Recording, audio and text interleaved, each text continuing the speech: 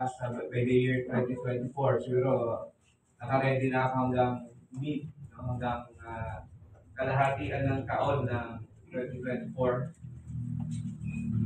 Okay, Matthew 7:24 to 27.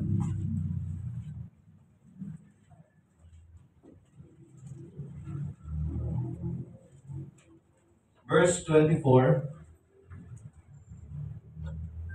Kaya ang bawat nakikinig at nagsasagawa ng mga salita kong ito ay matutulad sa isang taong matalino na nagtayo ng kanyang bahay sa ibabaw ng bato. Tumula ng malakas, bumaha, at hinayo ng malakas, binayo ng malakas na hangin ang bahay na iyon. Ngunit hindi nagiba sapagkat nakatayo sa ibabaw ng bato. Ang bawat nakikinig ng aking mga salita at hindi nagsasagawa nito ay matutulad sa isang taong hangal na nagtayo ng kanyang bahay na sa buhanginan. Mula ng malakas, bumaha, at binayo ng malakas na hangin ang bahay. Bumagsak ang bahay na iyon at lubusang nawasak. Tuloy ko sa 28. Nang masabi ni Jesus ang pananalitang ito, ang mga tao ay namangha sapagkat nagturo siya na parang may kapangyarihan, authority, at hindi tulad ng mga eskriba. Ito po ang salita ng Panginoon, tayo manalangin. Dakilang Diyos, pagpalain mo kami sa umagang ito, bigyan mo kami ng pagkaunawa sa salita na aming pong binasa. Hayaan mo ang banal na Espiritu ang maglagay nito sa aming sa lalim ng aming mga puso at magbigyan kami ng kaunawaan at pagkilos na ayon sa iyong kalooban. Pagpalain mo ang bawat isa sa pangalan ni Jesus. Amen. Magsiupo po tayo lang. Ako pinag-wonder kung bakit sinabi nito sa teksto na kung saan sa Yesu Cristo na tila kung magturo ay may authority, unlike with the Pharisees. Naalala ko rin sinabi ni Jesus na maliban na lang ang inyong katwiran, ang righteousness niyo will exceed the righteousness of the Pharisees or the Sadducees. Hindi tayo maaaring pagharian ng ating Panginoon. Yung mga questions na yan ay nag-inculcate sa aking mga puso, lalo-lalo sa mga nakarang araw. Kasi itong tinuturo ni Jesus dito is sinabi ng mga Pharisees na nagtuturo siya seemingly like with authority. Ang pagkakaiba niya sa Sadducees is because dito, kanyang ipinakita ang kahalagahan ng pagsunod sa salita ng Diyos, not just merely knowing the Word of God, but also by acting in the Word of God. Ito ang nilalaman nitong Sermon of the Mount. No? Kaya, gandang-ganda ako dito sa Sermon of the Mount. Yan yung sinasabi ko by the next year, medyo hahaluan ko ng New Testament and Old Testament ang message. At kung may tanong tayo na ano kayang kabutihan o righteousness o katwiran ang dapat natin gawin na isinaad ng banal na kasulatan so that we can be right with God in that sense, no? Yung by doing good works. Because this is an issue of good works. Ang mga Pharisees walang good works. Sapagkat kahit alam nila ang mga salita ng Diyos, pero without acting on it, kaya walang authority yung kanilang sinasabi kasi hindi nila sinusunod ang salita ng Panginoon. Now, yung chapter 5 to 7 ng book of Matthew is actually the Sermon of the Mount. Kaya ito sa aking binasa, mahalaga dito yung ilang mga letra. Kaya na binubuo doon sa kanyang sermon dito sa bundok na ito. Okay, sabi dito sa verse 24, as we look at it, sa Matthew 7:24. Everyone then who hears these words of mine. Ang sino man sa inyo nakarinig ng salita kong ito? Ang una kong naging tanong, ano kaya ang nire-refer ni Jesus when he said these words of mine? Siyempre yung sinabi niya, yung kanyang sermon doon sa Mount.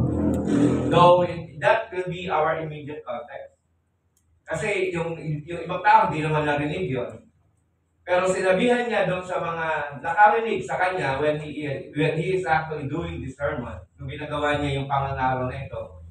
So, ang kausap niya yung mga tao doon sa mundo. At marami na siyang sinabi patungkol doon sa righteousness No? Do not have the righteousness of the Pharisees. Pero merong righteousness na gustong ipagawa sa atin ng Panginoon. And that is Sermon on the Mount. Kasi ang binubuo lamang nito, for me, this is seemingly a New Testament Ten Commandments. Mas pinalalim dito ni Jesus Christ yung Ten Commandments. And I'm so amazed. Ganda-ganda ako doon sa mga binanggit ng ating Panginoon. At kung masusundan natin ang mensahe nito by the year 2024, and I'm sure of this, no, that this is a life-changing sermon. Talagang nakapagbabago ng buhay, ng puso ang sermon na ginawa ni Jesus Christ dito sa Sermon on the Mount. Kaya sabi niya, kung sino man ang makarinig itong mga itinuro ko nito, these words of mine, in that context of the Sermon on the Mount, sabi niya, and that's them. Yung nakarinig ng sermon at gagawin ito, tinawag niya dito, wise men. Okay? Merong another person na tinutukoy dito si Jesus Christ, the wicked man. Ano yung wicked man? Yung nakarinig ng Word of God, but not doing it. Not acting on it. Okay? So, meaning, since the immediate context of verse 24 that says, these words of mine, referring to Christ's teachings on chapter 5 to 7, and of course, generally, yung lahat ng salita ng ating Panginoon. Pero, dito, ang tinutukoy lamang niya, as an immediate context, yung kanyang binanggit sa Sermon on the Mount, including the Beatitudes, no, yung blessed are thou, yung mga ganun, yung sinabi niya rito. Therefore, makikita natin with the whole context, from chapter 5 to 7, ang ilang mga idea. Sabi ko, naisip ko, ito, tinuro ni Jesus dito is a very practical way to express our Christian life. Kaya kung matututunan natin ito, lahat, ito na yung practical na buhay. Paano natin gagawin kung ganito ang sitwasyon ng buhay natin? Kaya yung mga messages, no, ang plano ko, New Testament, mga 3 Sundays, at yung isa lamang na magiging Old Testament sa nakaraan, sa mga darating na araw. Well, si Jesus Christ ay nagturo sa Matthew 5 to 7, beginning from chapter 7, pababa. Papakita ko lang sa inyo ang the whole concept na magiging message next year. Dinuro niya dito yung hypocrisy. Get away from hypocrisy. In some way, tayo, may ganong image din tayo, no? Though binabago ng Panginoon, but in some way, we are also some kind of hypocrites. Being fruitful. Sabi niya, dapat tayo Kristyano, mamunga. Hardship of life. Yung naalala niyo yung narrow door or narrow road. Tsaka pero yung narrow road is a life of persecutions, life of mahirap, hardship of life. Pumasok ka sa matitid na, lahat yan kasama sa teachings niya dito sa Sermon on the Mount. Trusting God's providence, magtiwala sa Diyos sa lahat ng mga pangangailangan natin. Tinuro niya rin dito ang not to judge. Huwag kayong hahatol. Huwag kayong mag-alala sa mga bagay na pangangailangan sa buhay. Maglingkod sa Diyos at huwag sa pera. Prayer and fasting. Pagbibigay sa needy. Nagbago na naman ang concept ko kasi ang ating batas ay nagsasabi ngayon huwag kayong maglilimos, no? Yan yung batas natin ngayon. Pero nagbago ulit yung konsepto ko dito para sa mga nangangailangan. Yung giving to the poor, ang sinabi dito sa okay naman, no? Magbigay. So, one day magiging topic natin yung mga bagay na yan. Sa chapter 5, it deals with retaliation. Paano kung may kaaway ka? Are you going to retaliate or lalabanan mo? Tinuro rin dito ni Jesus ang pagmamahal sa inyo, sa ating mga kaaway. Sa verses 21-37 ng chapter 5, tinuro niya rin kung paano natin imamanis ang ating galit o pag-aalis ng lust, divorce, o yung ating pagsusumpa and promises. Binanggit niya rin dito ang pagiging asin at ilaw natin sa sanlibutan at ang panghuli sa chapter 5 verses 12 ay binanggit niya yung Beatitudes. Alam nyo, lahat ng pang-araw-araw nating buhay ay itinuro ni Jesus sa Sermon on the Mount. That's why I'm so excited. Kasi talagang mukhang i-detalye sa atin ang lahat ng mga bagay nito, how we should live a Christian life. That will be my message by the year 2024. Sermon on the Mount, Part 1, Part 2, Part 3. And probably aabot ito ng mga hanggang 30 parts ng Sermon on the Mount. Magko-concentrate sa chapter 5 to 7. Okay? So therefore, my assessment from the Word of Christ, ito po ay isang windows o larawan o bintana ng isang pag-practice natin bilang isang Kristiyano. How should we practice? How we should relate to our enemies? How should we relate doon sa mga bagay-bagay na pangyayari sa ating buhay? So, now also, sa topic natin ngayon, no? Dito sa, wherein my title is Building Our Homes on the Rock of God. Paano tayo magtatayo ng bahay? Saan ba dapat ito nakatayo? Now, dito, binanggit sa ating binasa that there are two types of houses being built. Isang bahay na itinayo sa bato, at isang bahay na itinayo sa buhangin. No?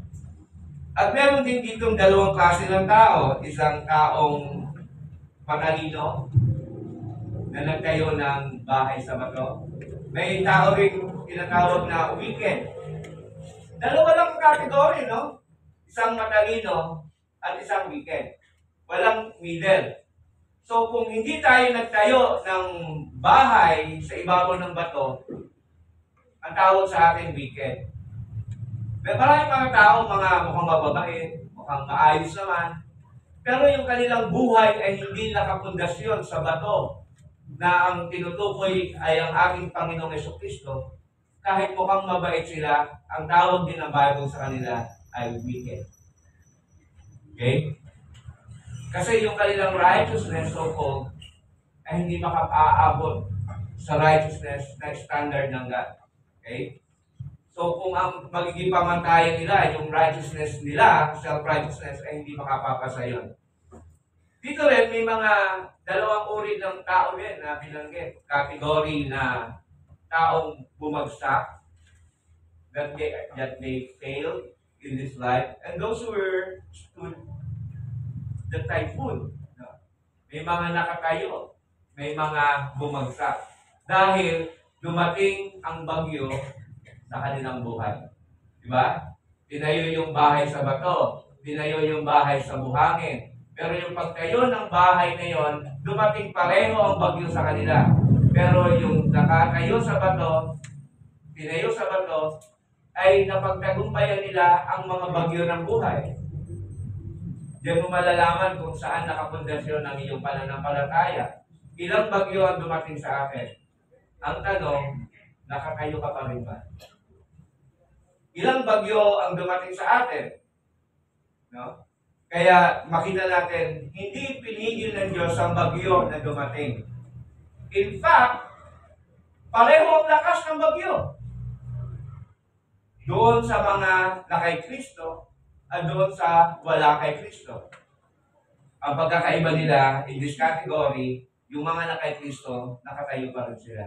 Pero yung wala kay Kristo, dumaan ang mga matitinding pagsubok ng buhay, pero bumagsak sila. Sabihin natin, Kristiyano ba talaga yon? Of course, ang Kristiyanong totoo, kailanman, maaaring at the time, mag-fail, pero tatayo at tatayo, hindi dahil kaya niya, kundi itinatayo siya ng Diyos. Ang Diyos mismo ang nagtatayo sa atin. Kaya kung ang isang tao bumagsak, nakita mo parang ang buhay niya, wala na. Totally wala na. Kasi una, hindi ang Diyos ang nagtayo sa kanya. Okay? Pero sa mga taong patuloy na pinahalanan ng banal na Espiritu, bumagsak man sa ilang panahon, pero nakatatayo sila. At makita mo yung pagtayo. Maaaring ikaw yun, no? Maaaring ako yun, maaaring tayo. Pero makikita mo kung paano itinayo ng Diyos. Hindi dahil sa iyo, kundi dahil ang Diyos mismo ang kumilos para ikaw ay makatayo. Malalaman mo yan. Ang Diyos talaga ang kumikilos. Kung hindi dahil sa Kanya, mananatili tayong gagapi, mananatili tayong talunan sa buhay na ito. Again, merong ulit na another category ng klase ng tao dito, yung nakarinig ng salita ng Diyos at nagsagawa. Saan kaya tayo doon? Yung nakarinig ng salita ng Diyos at isinabuhay? O yung nakarinig ng salita ng Diyos, wala lang, narinig lang, pero hindi na isinabuhay. So, dito makikita rin natin ang pagkakaiba ng mga may pananampalataya at walang pananampalataya. Okay? Ngayong matatapos na ang year 2023 at patungo tayo sa year 2024, makikita natin na it's not actually a year na nagbabago sa puso ng tao. It's actually God Himself. Okay? Taon lang ang nagbago, pero yung plano ng Diyos ay nananatili at hindi kailanman nagbabago. Ang Diyos ay may sariling kalendaryo. No, ang tinatawag natin na kanyang kalendaryo ay yung Kairos. Ang kalendaryo natin ay yan yung ginagamit natin ngayon, no? Yung kumbaga paggamit ng January, February, or 2024. So hindi yan ang kalendaryo ng Diyos. Ang kalendaryo ng Diyos ay tinatawag natin Kairos, kung saan may mga bagay na itinakda siya sa buhay natin. Okay? Yun ay kailanman hindi magbabago. Now, sa pagkabasa ng ating teksto, makikita natin that there are two kinds of person na present dito. Siya yung tahanan na itinayo sa ibabaw ng bato, which is being founded by the Word of God. Sa verse 24, sinabi dito, at saka sa verse 26, tingnan natin. Verse 24 and 26, yung pagkakaiba nitong dalawang uri ng tao na ito. Now, doon sa verse 24, sabi niya rito, yung wise man. Yung wise man nito, yung matalinong tao, ay nagtayo ng bahay sa ibabaw ng bato. Pero yung wicked, nagtayo siya ng bahay din. Nagtayo rin siya ng bahay. Pero itinayo niya ito sa maling pundasyon. Sa sand, no? Sa buhanginan. Now,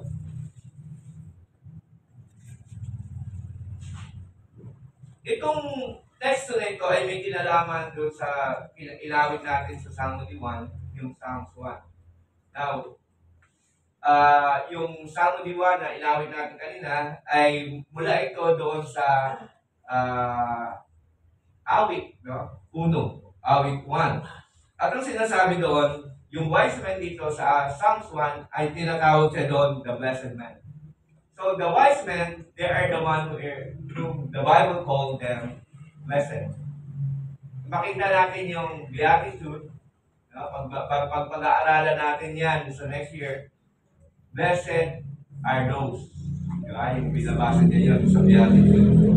Now, sabi dito sa Psalms 1, 2, ang mga taong mapalad o ang taong matalino, ang kanyang delight, ang kanyang kagustuhan, kasiyahan ay ang law ng God. Masaya siya pag nagsisimba. Pag nagsisimba nga pala, no? Hindi tayo nagsisimba para isatisfy yung sarili natin. That's very important. Why we are here. Kaya kita mo ang ating service, punong-puno ng salita ng Diyos. That is the reason why we come.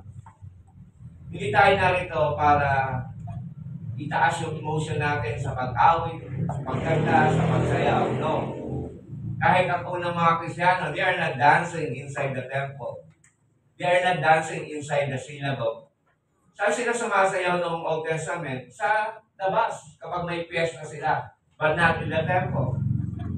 Pag sila ay nakaharap na sa Panginoon in the sense of worship, they just simply, una nag-offer sila ng mga sacrifices and prayer. Pero nandoon sila to listen to God's word. Kaya yung blessed man, yung wise man, pumupunta sa simbahan niya to listen to the word of God. Hindi yung sarili natin. Kaya nga, every time, hindi rin nawawala sa akin minsan parang sometimes I felt dry. Nakaranas na kayo, pumupunta kayo sa simbahan, tapos feeling na parang dry kayo. But God is actually reminding me, hindi ba yung emotion ng pananampalataya? kapag feeling dry, emotional, you may be affected by your mga experiences mo. Pero i-remind mo yung sarili mo, kaya ako narito to listen to the Word of God. Sigurado may Word of God. Pag walang Word of God, pumawi na tayo. The reason why we're here to listen to God's Word. Kaya dapat, pag uwi tayo, dala-dala natin yung Word of God. Kaya yun yung sinasabi niya rito. How will I know kung ako yung tinutukoy na bahay na itayo sa ibabaw ng bato? Kasi yung Word of God na mapapakinggan mo ang magpapalakas sa iyo, and when you go out, balik ka sa bahay mo, yung Word of God na yun ang magpapalakas, magre-remind sa iyo. At kung mag-fail ka man, magpapatuloy ang banal na Espiritu to remind you again and again and again hanggang matutunan natin ito sa buhay natin. Ang Israel, minsan hindi natuto sa isang puro lang. No? Series of failures hanggang natutunan nila. Okay? So, dito, makita natin, no, sa teksto, yung blessed man, his delight is in the law of God. And on his law, he meditates it day and night. So, yung mabuting tao, mapalad na tao, o yung wise man, nakinig ng salita ng Diyos, at pag-uwi niya, minimeditate niya ito, araw at gabi. Di ba? Maganda yun? Ano bang natutunan natin ngayon? I-meditate mo yan, day and night. No? Hindi lamang umaga, nung nakikinig ka, kundi kahit sa paggabi. Patuloy ka magbabasa ng salita ng Diyos. Kaya sabi niya, kung ganito tayo, talagang isinasa puso natin yung natutunan natin, verse 3, katulad ka nito. Saan kayo natutulad kung ikaw yan? Matutulad ka sa isang halaman na naitanim sa baptisan. Sabi niya, mamumunga yan in season or out of season. At yung kanyang dahon kailanman hindi matutuyo. At yung taong katulad nito ay magpa-prosper. This is God's promise. Hindi ako nangako yan. So kaya pala, napakahalaga sa buhay natin, mapakinggan natin ang salita ng Diyos, i-meditate mo, ipasok mo talaga, i-inculcate mo sa ilalim ng puso natin. At kapag ginagawa natin yan, sabi niya, kailanman hindi ka matutuyo. Diba? Hindi ka babagsak ng tuluyan sa buhay na ito. Kundi sa mga problema, hamon ng buhay natin, magiging fruitful ka. Ano ang nagiging bunga ng problema mo? Di ba katatagan? Patient. At pag na-endure natin yung patient, hanggang sa uli nun, sabi niya, magiging matatag tayo sa buhay na ito. Alam na natin kung paano kumilos ang Diyos sa buhay na ito. Kaya pag nakilala mo na ang Diyos, ganun eh. Parang kahit ang dami ng problemang binanasan, ako, siguro sa problema lang, lalo sa paglilingkod, isa na rin ako sa napakadaming binanas sa problema. Naubos na ang ngipin ko dahil sa mga problema ng ano. Pero pinatatatag pa rin ng Panginoon. No? Patatatagin ng Diyos sa lahat ng mga hamon ng problema ng buhay. Kayo din naman, ang dami niyo na rin problema. Diba? Nakadadagdag yung problema ng simbahan. Sa problema niyo sa tahanan. Pero paano ba ito nagiging bunga sa inyong personal? Ito ba'y nagbubunga ng higit na pagtiwala sa Diyos? Ito ba'y nagbubunga ng higit ng pagmamahal sa simbahan? Sa halip na alisan, ayawan ng simbahan, mas lalo tayong nahabag sapagkat simbahan ito ni Kristo na hindi dapat pinagmumulan ng anumang kagustuhan. Pero nananatili tayo dahil simbahan ito ni Kristo. Hindi ito simbahan ng pastor, di ng elder, ito yung simbahan ni Kristo. Na siyang tinawag tayo upang maging bahagi tayo ng pagpapalago nito. Kaya napakaganda ng Sermon of the Mount. Nandiyan yung paano mo i-deal ang mga kaaway mo. Paano mo pagkatawarin ang mga kaaway mo. Paano ka makakapag-relate. Paano sinasabi ng banal na kasulatan na hindi ka dapat gaganti. An eye for an eye, a tooth for a tooth. Sabi niya, hindi ganito. Sabi niya, sa Old Testament, ganyan. An eye for an eye. Kung ano yung ginawa sa'yo, gawin mo rin sa kanya. Hindi ganon, sabi niya. Sabi niya, kumbaga, ang binanggit niya dito sa Sermon of the Mount, kung ang pag-ibig mo ay Kung katulad lang ng ibang tao, katulad ng mga pagano, anong pagkakaiba mo? Ang mamahalin mo lang yung mga taong minamahal ka rin. But how about those people who are not loving? How will you deal with them? Di ba dapat sabi niya rin, mahalin mo rin sila. Well, alam mo, napakahirap kaya sundin ang salita ng Diyos. Pero kung i-meditate mo yan, oo nga, no, tama nga. Pag hindi mo meditate, nakinig ka lang. Kasi hindi mo na i-apply siya. Yeah, let's say, dealing with enemies. Lahat tayo enemies, no? Una sa Satanas, ang kaaway natin, and the works of Satan. Pag binasa mo ang Bible, hindi mo meditate, nakinig ka lang dito, uwi mo, binalikan mo yung problema mo sa bahay, kalimutan mo na. Nung nalimutan mo na biglang may darating na problema sa iyo, hindi mo ma-apply. Saan ka lang kulang? Meditation. Kasi nung umuwi ka, nakalimutan mo na, di ba? Naalala niyo yung parable ni Jesus Christ? Yung parable of the sower. Naitanim sa ganito, naitanim sa ganito. Dumaan yung ibon. Yung naitanim sa atin, biglang inalis niya. Kasi nakatinig tayo ng salita ng Diyos, pero hindi natin sinagawa. Ito ang susi, sabi niya. The moment you listen, the moment you hear the Word of God, pag-uwi mo, meditate it. Kumain ka muna. Pero never to forget, doon sa maghapon, balikan mo yung teksto. And meditate the Word day and night. Doon lang talagang tatagon sa puso mo yung sermon. Pero bakit hindi tumatagos? Nakakalimutan natin that meditating the lesson, meditating the sermon day and night. Kaya pagdating ng struggle, hindi mo na alam ang gawin. Paano magagawin ko? No? Pagdating ng problema, hindi na natin alam ang gagawin.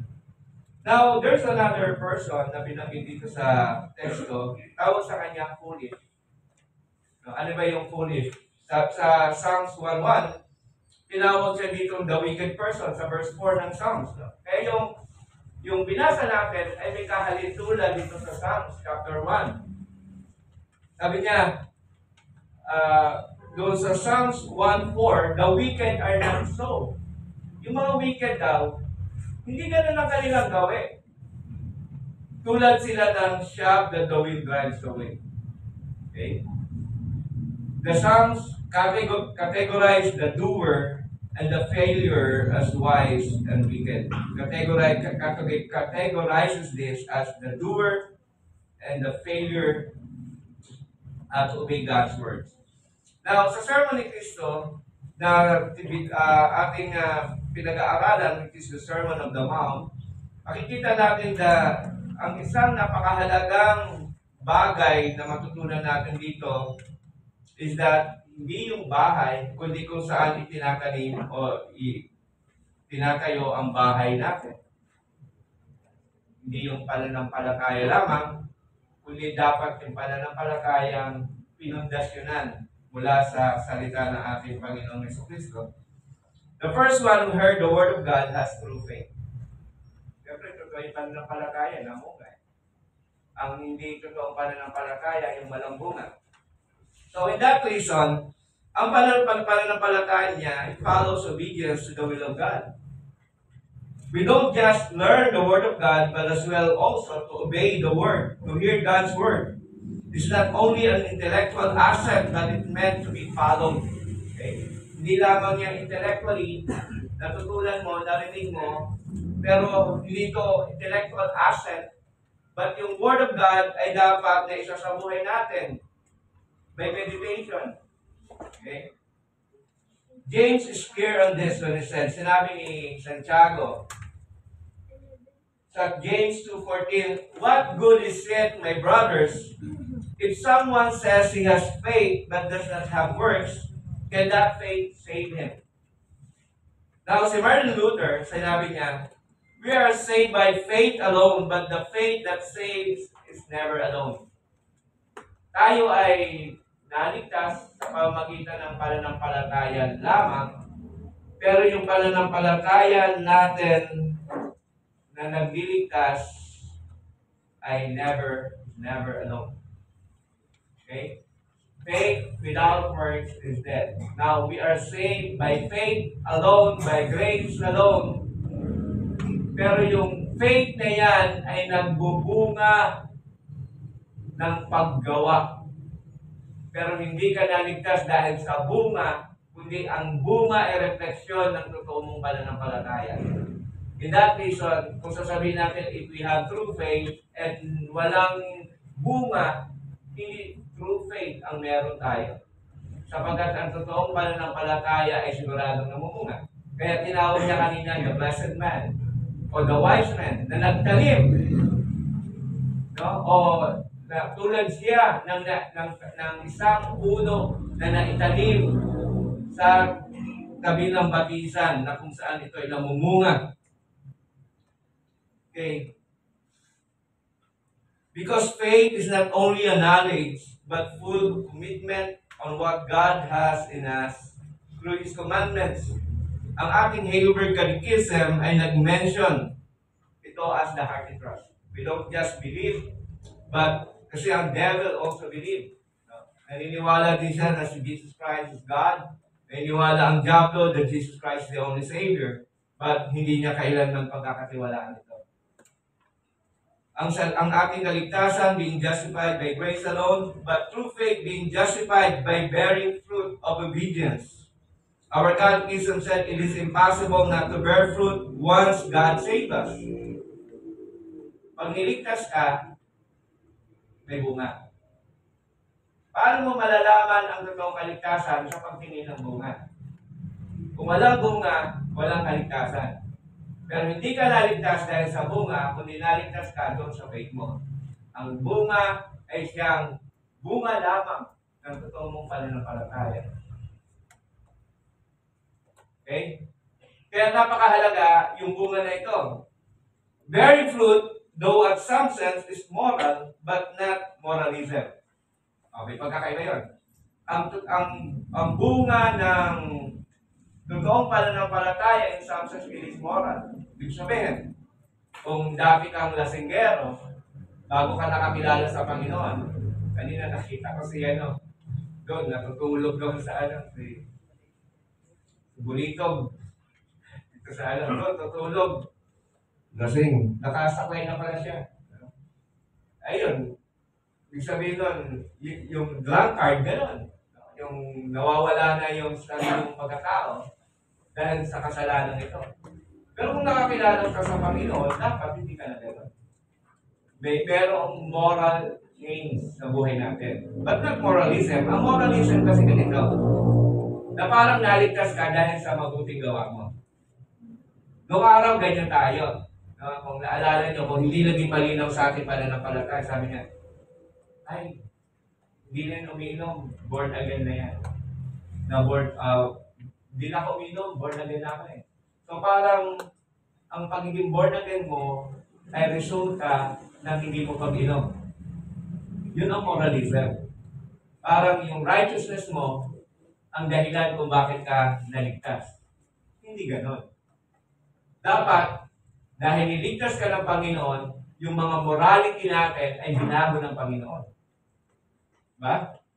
Yung datihan mong ginagawa, mga masasamang gawin ng buhay, palamuran, ismosa, walang masama ang puso. Alam mo yung mga tao masama ang puso, walang naiisip na maganda sa kanino mang tao.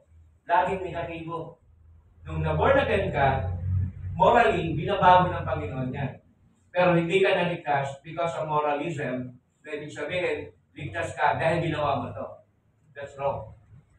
Okay? So, tayo, when God save us, He also save us morally. Yung mga masasamang bagay na ginagawa natin, tinatanggal, tinatabias ng Diyos sa ating buhay. Okay? That word seems a justifying issue for our salvation. Si Jesus sa kanyang salita against the false prophets, sinabi niya, by their fruit you will know them. So kahit nga yung mga false prophets, sa bunga mo rin makikita. Okay? Fruitful deeds is a picture of true faith, though it does not justify our salvation. but by grace alone. We cannot say, I have good works, therefore I am saved. But we can say, my good works follows when I believe. Remember, ang sabi ng Panginoon, we are created by God to do good works. Kaso, yung gusto ng Panginoon sa atin na maggawa ng mabuti, nagkasala tayo. Nung nagkasala tayo, wala na tayong ginawang mabuti. Kaya sabi ng Panginoon, walang mabuti kahit isa. Kahit yung mabuting gawa natin ay filthy rags sa Panginoon. Nung tayo ay na-born again, nung tayo ay niligtas sa Panginoon, ibinabalik niya tayo doon sa kanyang purpose of creation, and that is to do good works.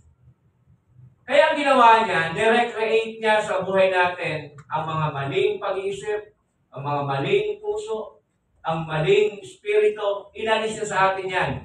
At nung inalis niya sa atin yan, ibinigay niya sa atin ang bagong buhay sa pamamagitan ng espiritu. At ang bagong buhay yan, ang nagbabalik sa atin na gumawa ng mabuti. Kaya yung paggawa ng mabuti na yan, makita natin yun sa Sermon of the Mount. So yung buong half year natin, kung i-meditate mo ito day and night, I am sure, mid-year 2024, malaki ang babaguhin ng Diyos sa ating buhay. Kasi I will go into details. How should a Christian acted on this life? Mga questions natin. Paano, Pastor, yung ganitong sitwasyon? What will I do? O sinabi niya sa Sermon of the Mount. Sinabi niya lahat doon yung mga practical. Kaya nga, for me, it is a new way of teaching the Ten Commandments. Yung teaching ni Christ ito. Ay sabi niya, binanggit niya nga rito, bahagi sa kanyang Sermon of the Mount. Dapat ito siya, hindi para sa akin ang law, but to fulfill the law. Not to abolish, but to fulfill. Okay? So James also followed in verse 17 sa James 2. So also faith by itself, it does not have works, is dead. May faith ka, pero walang works. Dead faith, tawag doon. So God requires us actually, or not requires, but it follows when we believe. Good works will always follow when we believe. So dead faith is not true faith. But at times resemble, mukhang magkakapareho. It looks like a true faith. It is dead on that reason it doesn't follow or resulted into glorifying God by following God. Sabi ko nga kanina, bakit minsan kahit tayong totoong Krisyano nagpo-fall dito? Kasi nga, nakakalimutan natin yung Psalms 1 na tayo, which is a blessed man, a wise man, dapat ang delight natin, you are delighted. Gusto natin, masaya tayo. Nakikinig ako ng salita ng Diyos. Talagang nilalagay ko sa aking puso. At pag uwi ko mamaya, babalikan ko yung sinabi ni Pastor.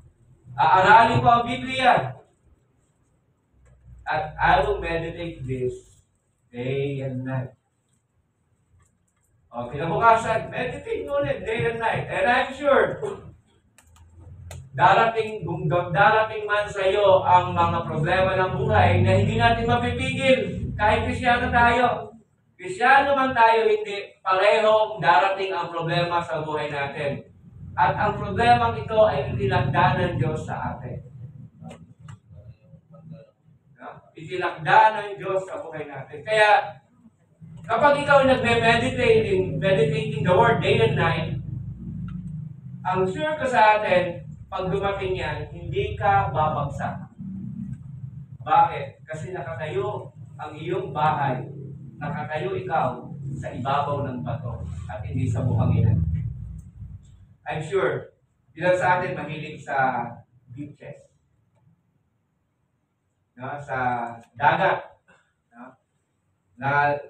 Naalala niyo ba pag maglalakad kayo sa dagat, sa gilid ng dagat, tapos mag-aalon, tapos ikaw ay nandoon, nakaapak ka sa buhangin. Ano nararamdaman sa buhangin pag tumaalon?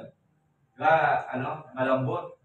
Tapos parang yung paa mo, hindi ganun katibay. Bakit? Kasi nga, sand, no?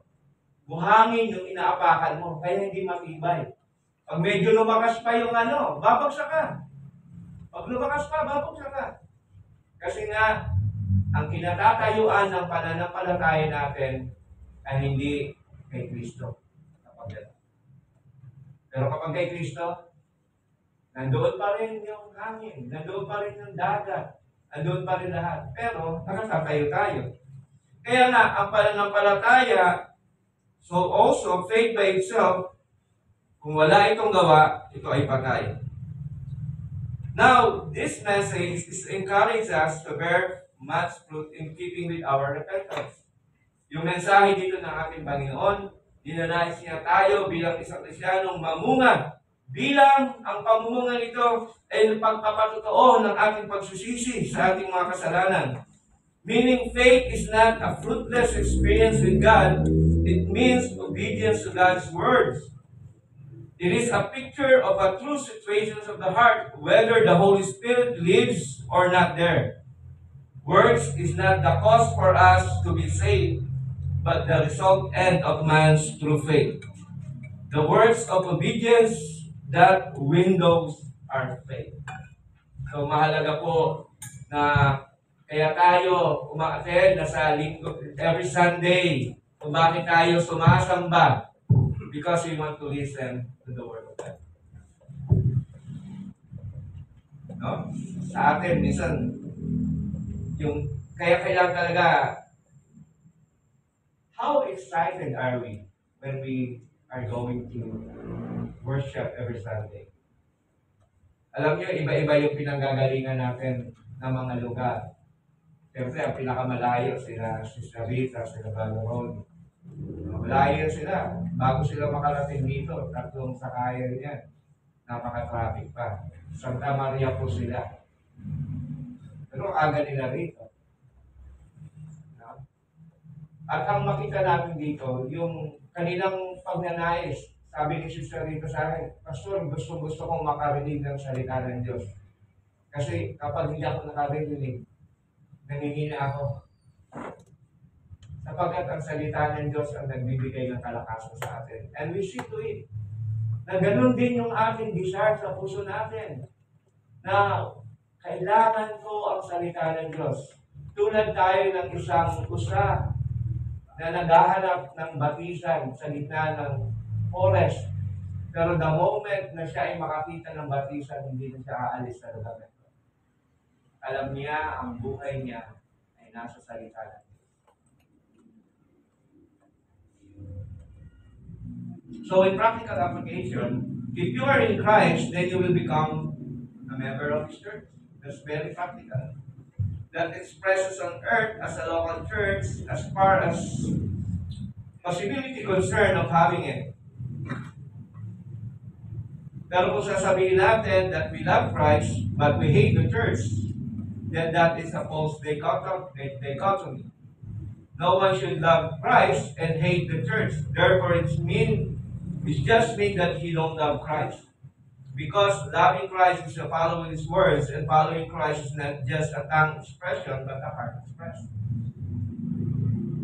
Saan ba tayo palalagoin ng Panginoon? Saan ba tayo makakarinig ng salita ng Diyos? Simbahan. But if you don't want to go to church, how will you listen to God's words? Hindi naman pwedeng YouTube. Because kahit makipakinig tayo ng mga pastor sa YouTube, hindi yan yung pastor niyo. Kahit na ayaw na natin ng simbahan, gusto na lang natin, but that is against the rules of God. Ang gusto pa rin talaga ng Panginoon na tayo kahit saan mang dako ng lugar, kapag araw ng linggo, tinatawag niya tayo para sumamba sa Kanya. And that is the reason why we're here. It's not about us. It's not about you. It's about God who called. That's why we have called to worship kanina.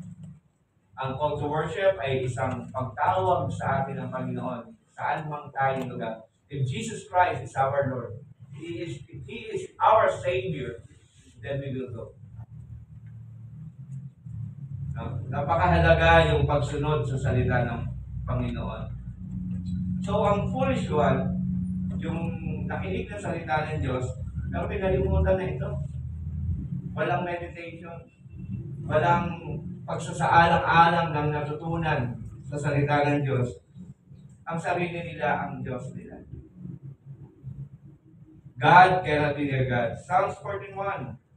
To the one who said there is no God, but in the process making himself as his own God. Psalms 92:6. Yung mga taong kahit hindi niya i-express that there is no God, an atheist, pero kung ang sinasabi niya sa kanyang sarili na hindi siya susunod sa kalooban ng Panginoon, is actually making himself as his own God.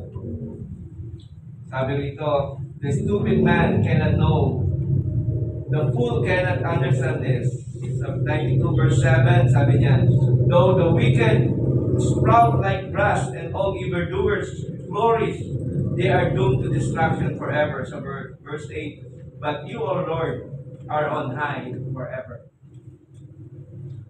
Ang mga taong mangmang na tinawag dito, the foolish one, the wicked one, he only think of his own life. Ang tingin niya sa buhay,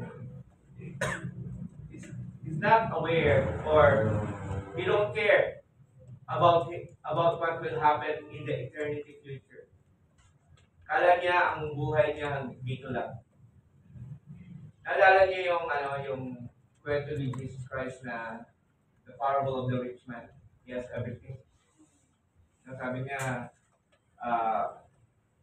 nung tinanong siya, how can I inherit eternal life? Sabi ng mayaman. Sabi ni Jesus, sundin mo lahat ng kautusan ng Panginoon. Then, ano mo yung kayamanan mo, ibenta mo, pamigay mo sa mahihirap, at sumunod ka sa akin. Hindi niya kaya yun kasi he loves his own life.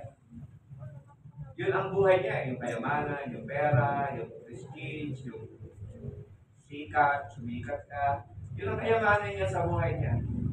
Kung yan lang ang kayamanan, kaya nga, dito rin, sa Sermon on the Mount, wag tayong, sa bunga Matthew, wag tayong mag-impok ng mga kayamanan dito sa lupa na merong nakakasirang. Tama ba yun? No? Kundi ang impok natin ay yung mga bagay na panglangit, sapagkat sabi niya sa langit, walang nakakasirang tanga at walang magnanakaw. Impokin natin yung mga bagay na spiritual, hindi sa mundo ito. Napaka-iksi lang po ng buhay. Yung mga medyo may edad na, di ba? Kung ikaw ay 60 years old, mataas, matatanaw mo ngayon kung gaano lang ka-iksi ang buhay mo. Nung kailan dalaga ka, nung kailan binata ka, nung kailan malakas pa yung katawan mo. At a certain age, makikita mo na lang ang panghihina ng tuhod mo. At masasabi mo talaga, maganda na ako. Pero yung isip natin, yung mata natin, as we see ito, parang bata pa rin tayo. Pero napansin natin, yung katawan natin, iba na. Sabi nga ni Pastor Pedro, pang-giveaway na yan. Pag nagkakaedad ka na, pang-giveaway ka na. Pero, may silang talaga buhay. Kaya ang sabi ng Panginoon, ang buhay parang aso. Ano yun? Aso? Aso. Ano yung ginamit sa Bible? Aso, no? Parang aso lang siya. Mist, sa English. Bigla na lang siya mawawala. Kaya ngayon, ang investment ko ngayon, sa mga anak ko pinapractice ko na sila na, pag nawala ko, ganito. Kanina nga, iniisip ko sa bahay na maglilinis ako darating ang panahon, wala nang lalaki sa bahay. Diba? Pag nawala ko, wala nang lalaki. Yung sino magbubuhat ng mga mabibigat, sino magbubuhat ng tubig.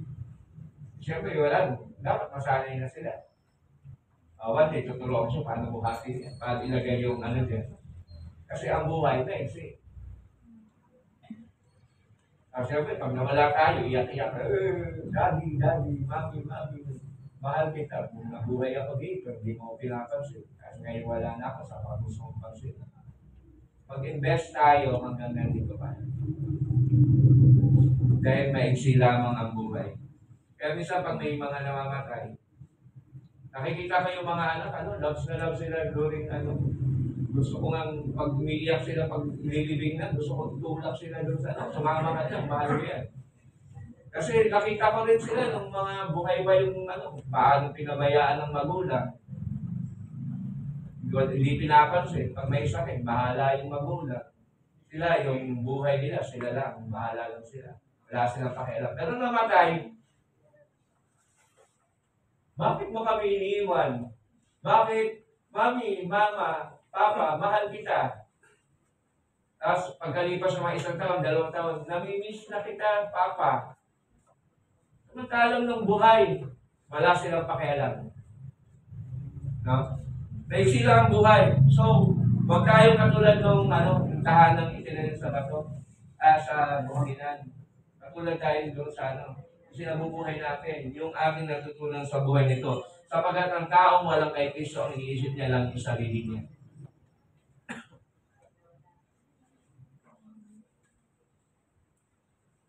At ang tingin niya sa sarili niya napakataas. Sinasabi kasi dito yung foolish man Kasi lahat ng foolish sa Bible, para yan. Kaya sabi niya rito, yung foolish, yung nagtanim ng bahay sa ibabaw ng buhanginan. Sabi sa Proverbs 12:15, ito pa yung foolish. The way of a fool is right in his own eyes. Yung mga taong foolish, laging tingin niya, tama siya. You don't listen to their parents, and you don't listen to anyone. Ako, tama. Ito ang gusto ko. Ito ang tama. Ito ang mangyari. Sabi sa verse 2 ng Proverbs 18, a fool takes no pleasure in understanding, but only in expressing his own opinion. Ang mga taong hangal, hindi siya nakikinig. Ang opinion niya, yun ang masunod. Yun ang tama. But he don't know how to listen.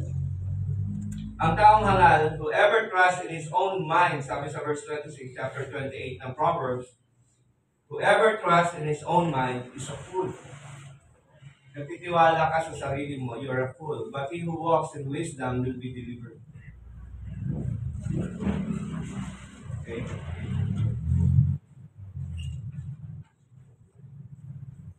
Ang mga foolish person, Proverbs 55:15, a fool despises his father's instruction.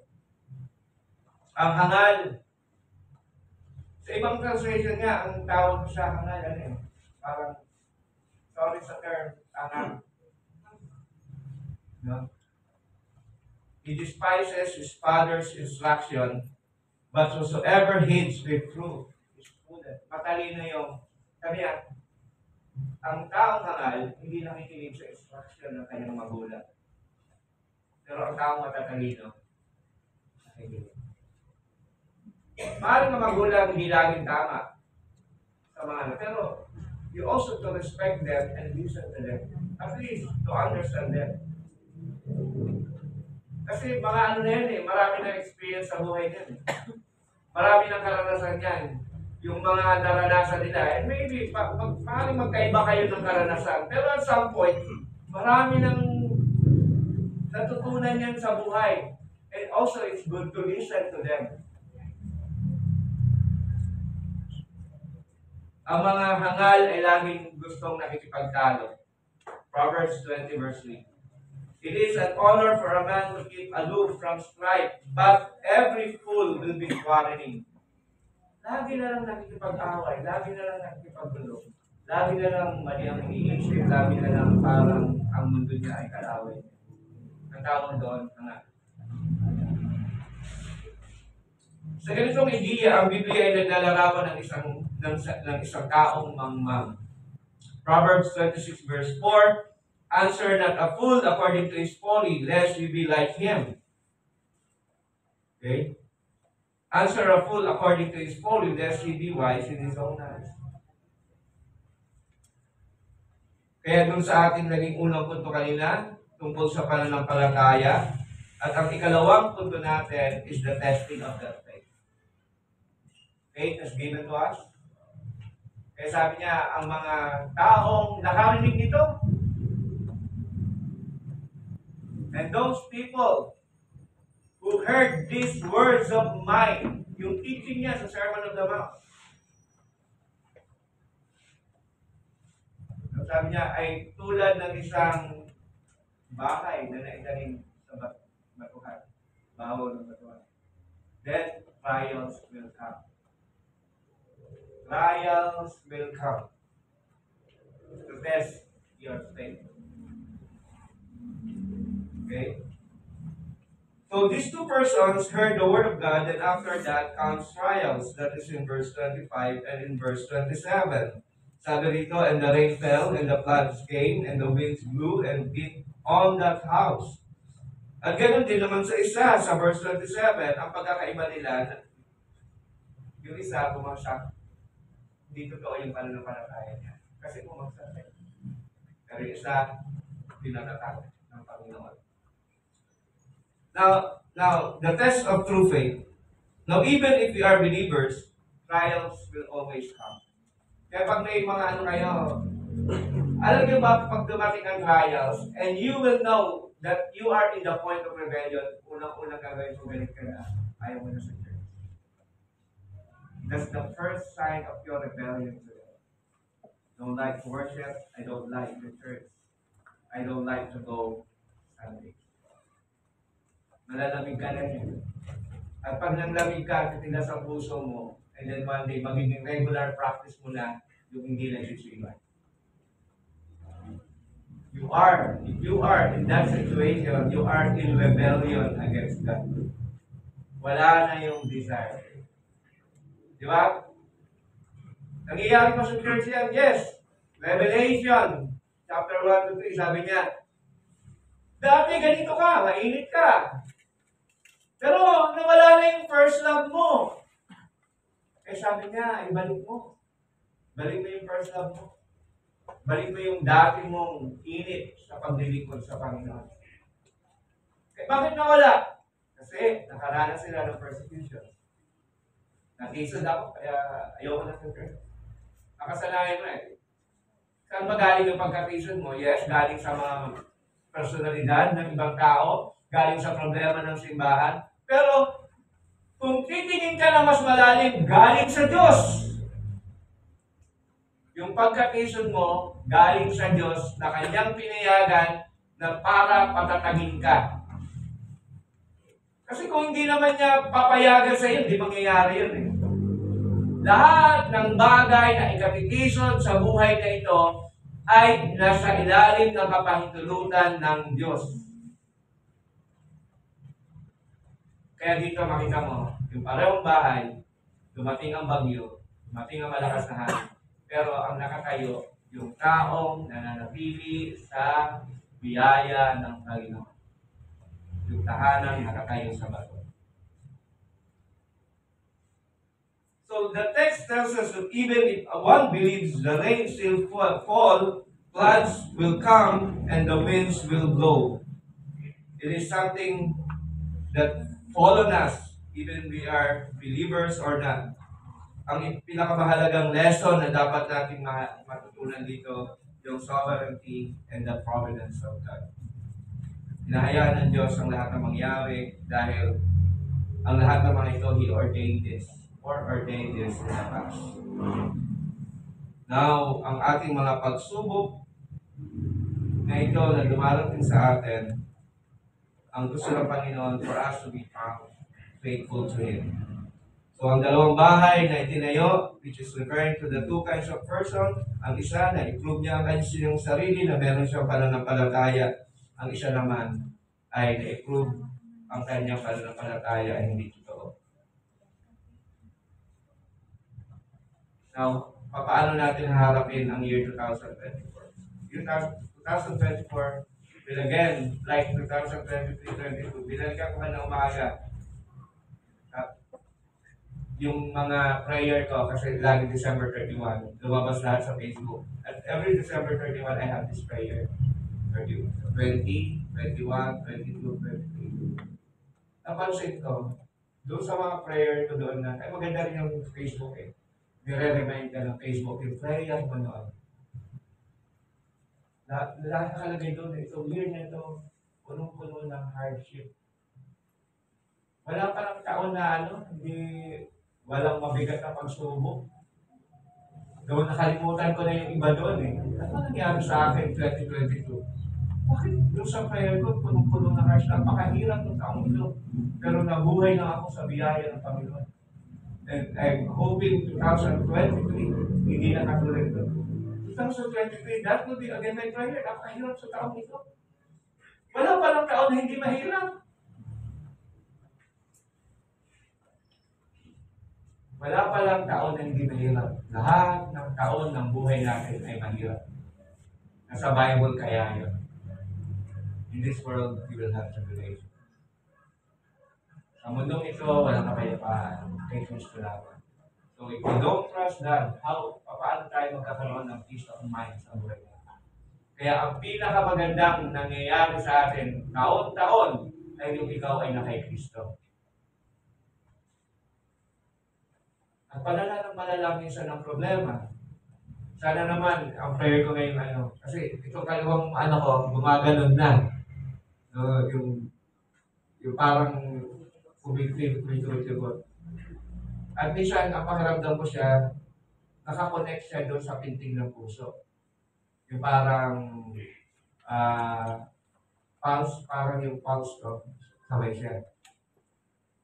Huwag naman sana sa 2024, maganda ng kanan. Kasi ito, bunga ng mga problema ko eh. Dati wala naman yan eh. Pero sana, kasi mahirapan na ako. Minsan, nahirapan na ako magbasa. Pag naganda pa ng kanan, gaganon ako sa inyo. Huwag naman. Kaya, sabi ko sa mga elders, hopefully that the Lord again will raise up someone na makakasama ko rin to preach the gospel dito sa atin. Tumatanda na rin talaga. Nahirapan na rin ako. And, of course, ang buhay natin as I promised God. Kasi nung nakakulong ako noon, di ba, alam niyo yung buhay ko sa nakaraan. I promised God, hanggang sa dulo ng buhay ko, pabili ko rin siya. Maglilikod ako sa Panginoon hanggang dulo ng buhay ko. Pero siyempre, ang paglilikod naman, hindi laging pagpapastor. Hindi tayo habang buhay nakatayo dito. One day, ipapalit ang Panginoon. Pero, kahit nagpapalit ang Panginoon, hindi likod tayo. Hindi lang naman pagpapastor ang paglilikod. We're going up. Hindi rin pababa. Basta maglilingkod tayo hanggang buhay natin, hanggang dulo ng buhay na as I promise the Lord. Now, paano natin harapin ang taong 2024? Hayaan natin ang pananampalataya natin ay naka-anchor natin sa Word of God. Sabi ko nga, rain will come, wind will come, problema will come. Kapag ang pananampalataya natin, hayaan natin naka-anchor sa God, that's okay. Ito ang totoo sa buhay. One time I was asked, Pastor, pwede ba sa buhay natin na mag-fail ang God sa atin, sa pinagagawa niya sa atin? Ano ang sagot? Pwede ba ang failure ang God sa atin? Sa pinagagawa niya sa atin? Kailanman ang Diyos walang failure. Kung ano lang yung nagawa natin sa mundo ito, yun lang talaga tayo. Though we may fail God many times in our lives, pero nandun lang talaga eh. Hindi ka mag-e-exit doon sa mga bagay na pinagagawa ng Diyos. Kaya in some sense, lahat ng mga anak ng Diyos will be found faithful. Kahit sa maliit na bagay. Remember, the parable of the sower, may bibigyan ng isang talent, dalawang talent, no? Iba-ibang talent. Sabi nung maraming talent, marami akong talent, kaya ito, gagamitin ko para sa Panginoon. Pero yung binigyan ng isa, malaki na yun. Sabi niya, liit lang. Gawa niya, nilagay niya sa ilalim ng lupa. Bumalik ang Panginoon. Bakit hindi mo ginamit yan? Alam mong babalik ako. Dito lang talent, dito rin na pinagkatiwala sa atin ng Panginoon. Pero, kahit maliit, gusto ng Diyos, matagpuan tayo ng kapasahan. Practice what you believe. Kaya nga itong 6 months na susunod na taon, sina-challenge ko kayo. Talagang life-changing. Kaya kahit 2024, the old is just gone. The old and the new life. Na-excite talaga ako dito sa Sermon of the Mount. Ewan ko ba? Katihan ko naman nababasa. Eh, parang iba dating sa akin. Yung Sermon of the Mount. Well, tingnan natin. So, practice what we believe. And lastly, whatever life we have in 2024, we trust God.